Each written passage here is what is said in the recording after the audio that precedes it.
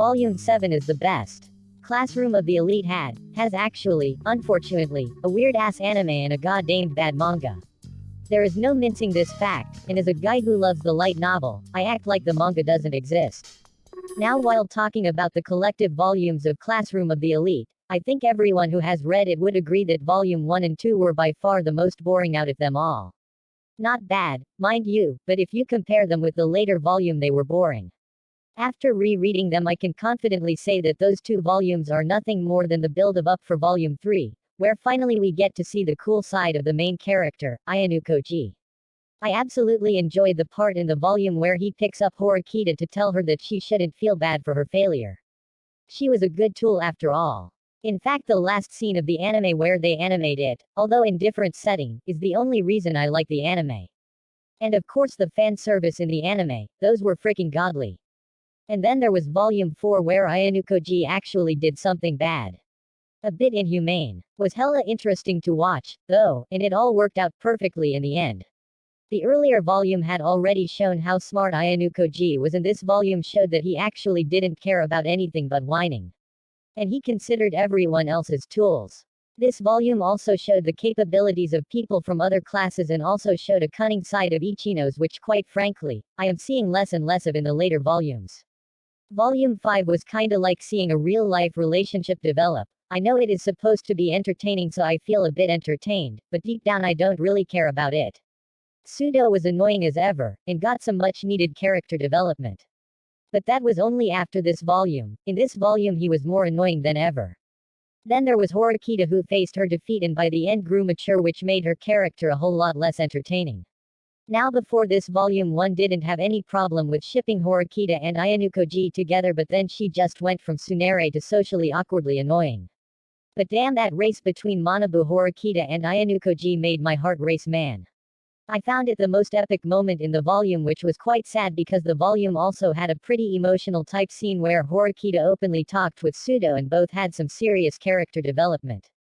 The only reason I found the scene not as impressive was because by that point I didn't care much about either of them to be emotionally invested.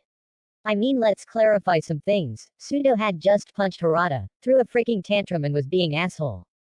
I won't hate him because I know his character is made to be immature and short-tempered, so it's understandable, but it still annoyed me that the only one he would listen to was Horikita.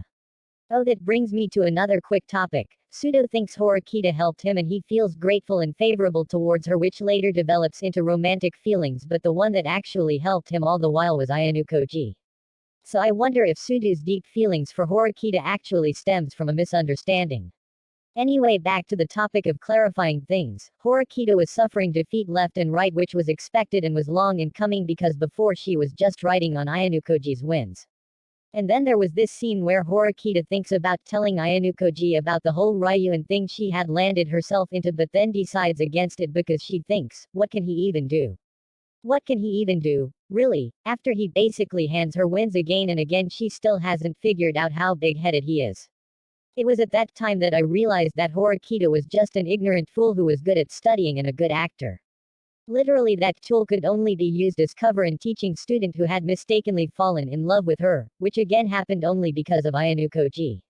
Now on towards Volume 6, where two measly cats have their fight thinking they are all big shit, while the lion watches them with indifference. In this volume, like many other, Kushida severely underestimated Ayano Koji. I mean, can you imagine being more warier of Horikita than Ayano Koji? I mean, by that point even Ryuan didn't care much about Horikita. And just like the previous volumes, Ayano Koji basically handed Horikita a win and she didn't even realize it. She was all happy that she had fooled Ryuan, and Kushida had actually anticipated their moves early on and counterattacked accordingly, while Ayano Koji had a solid ruthless strategy in place which would have expelled Kushida. Oh, and yeah, Ayano Koji group was formed. I almost forgot about that. Those so-called friends have been kept in dark for so many things, and we know that Ayano Koji only considers others as tools, so I think it would be safe to say that Ayano Koji only hangs around then because he wants to be a part of high school cliché. It would be more accurate to think of them as rest subjects and also potential members of the harem. Let's move to the most exciting volume now. Volume 7 was the best out of the previous ones. It highly focused on Ryuan's character and basically confirmed my suspicions that he was a sociopath who felt no fear. But then he was taught fear. The best part is when Kei suffers. I mean, I didn't enjoy her suffering, it was all just so emotional with Kay's past coming to light and knowing exactly how much she had suffered. And then the part where she just lets go, that moment made Kay the best waifu of all time for me. She found out the truth about what happened in the ship, relives her trauma, her traumatic memories resurfaces, and even then she didn't betray Ayanukoji. And it wasn't because she trusted Ayanukoji at that point, she was prepared for Ayanukoji never showing up and was okay with suffering just so that Ayanukoji could have his quite peaceful life. She did it for herself, and the scene where she says quote unquote, "Welcome back the empty me from the past," hits so freaking hard.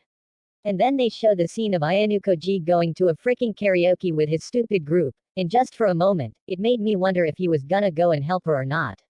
I really want a freaking anime episode ending in a cliffhanger like that, just so I can see people's reaction of it. And then our boy turns up, calls the teacher, and Manabu tells them to stay at the steps and then beats the crap out of everyone up on the roof. And by God, although Kay is my waifu, there is something about Ibuki that makes me want her to be a part of the harem, and it was interesting seeing her reaction to Ayanukoji being X. And the scene where Ayanukoji teaches Ryu in fear, that sort of character development is something I live for. After this volume, Ryuin is the only person in the school who truly realizes Ayanukoji's true extent of ability, and that alone makes me live him. This volume and 7.5 together make such a beautiful sequence that makes me want to reread it 100 times in Japanese, because I am sure it is far more amazing in Japanese than some fan translation with 100 mistakes.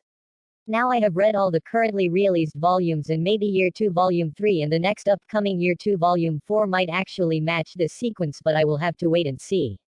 And I am gonna end this video because it's hard to say all I want about a volume while talking about all of them.